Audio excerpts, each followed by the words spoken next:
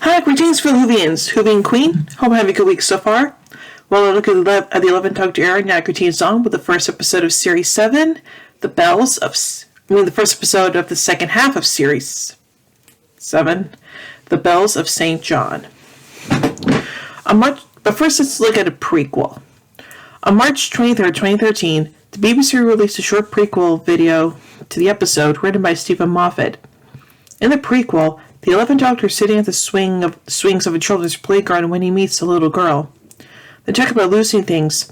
The Doctor says that he's lost someone twice, and he hopes he might be able to find her again. The girl tells him that when she loses something, she goes to a quiet place for a think, and then she can remember where she put it. As the girl leaves, it is revealed that she is Clara Oswald. And now on to the actual synopsis of the episode. The Doctor has retreated to a monastery in Cumbria in 1207 to contemplate the mystery of Clara Oswald, a woman he has met twice previously but who died both times. The Doctor answers the exterior phone on the TARDIS when it starts ringing. On the other end is Clara, whom the Doctor initially does not recognize. Clara, having been given the TARDIS number by a woman in the shop and believing it is a computer helpline, asks for help to connect to the internet. When Clara repeats a phrase which previous versions of Clara have said, the Doctor realizes who she is. He sets off to meet her. Arriving in present-day London, the Doctor finds Clara's mind being uploaded via mobile robotic server disguised as a young girl using the Wi-Fi. The Doctor halts the upload and successfully reverses it, sending a message that Clara is under his protection.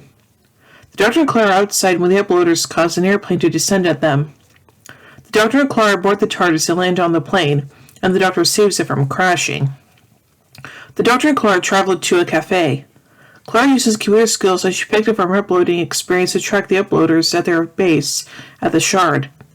The Doctor encounters people inside the cafe under control Miss Clisette, who explains that living human minds are being fed to her client. Miss Clisette distracts the Doctor long enough for a server disguised as the Doctor to upload Clara's mind completely. An angry Doctor reprograms this server and sends it out to Miss Kislet's office inside the Shard. The Doctor's server demands that she release all the minds that have been uploaded, but Miss Kislet refuses. The Doctor then uses the server to upload Miss Clisette to the network. Trapped in the network, she orders her subordinates to release her, but the only way they can release her is to release everyone, which they do, and so everyone else, including Clara, is restored. The Star Miss Kislet contacts her client, the Great Intelligence, to report her failure to him. The Great Intelligence orders her to reset all people working there, including herself, clearing their memories in the process. Meanwhile, the Doctor takes Clara home and offers her a chance to travel with him, which she refuses. She tells him to come back the next morning, as she may change her mind by then. Aww.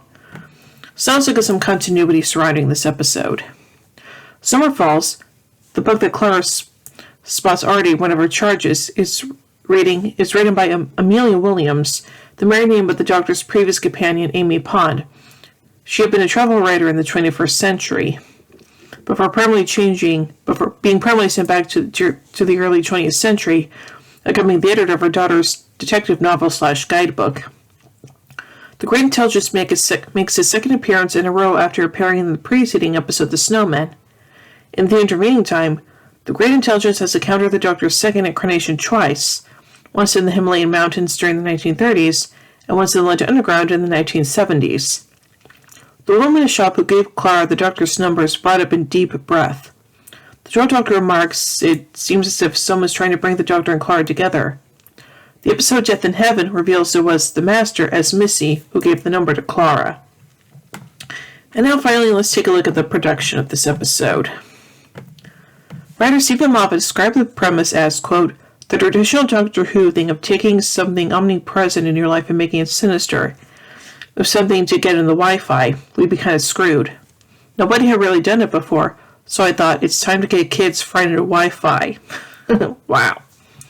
However, he denied that his intention was to give a warning about technology, but rather tell an adventure story about a, quote, new way for aliens to invade, based on something viewers are familiar with.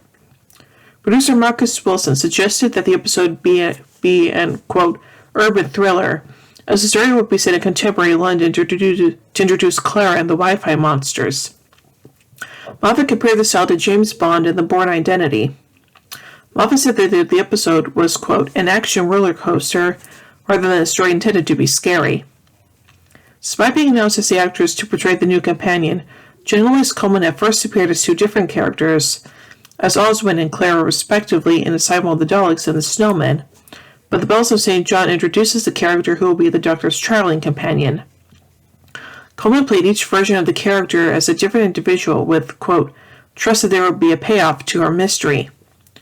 Moffat described this version of Clara as more real-world, and actor Matt Smith stated that Clara, quote, reignites the Doctor's curiosity in the universe and gives him his mojo back. The read-through for The Bells of St. John took place on September 19, 2012 at Roath Loch. It is the first Doctor episode to be directed by Colm McCarthy. Film began on October 8th, some occurring in London at the Westminster Bridge and alongside the River Thames, with the motorbike scenes at the London locations shot on October 16, 2012. The rooftop scenes were filmed at Grange St. Paul's Hotel. The location was intended to be in Covent Garden, but was changed to a location with a better view of the Shard. Nice. So overall, I think this is a pretty good episode, and I like that it serves as the introduction to Clara Oswald and stuff like that. So, yeah. So overall, I give The Bells of St. John 4 sonic screwdrivers out of 5. Well, until next time, as we take a look at The Rings of Akhaten.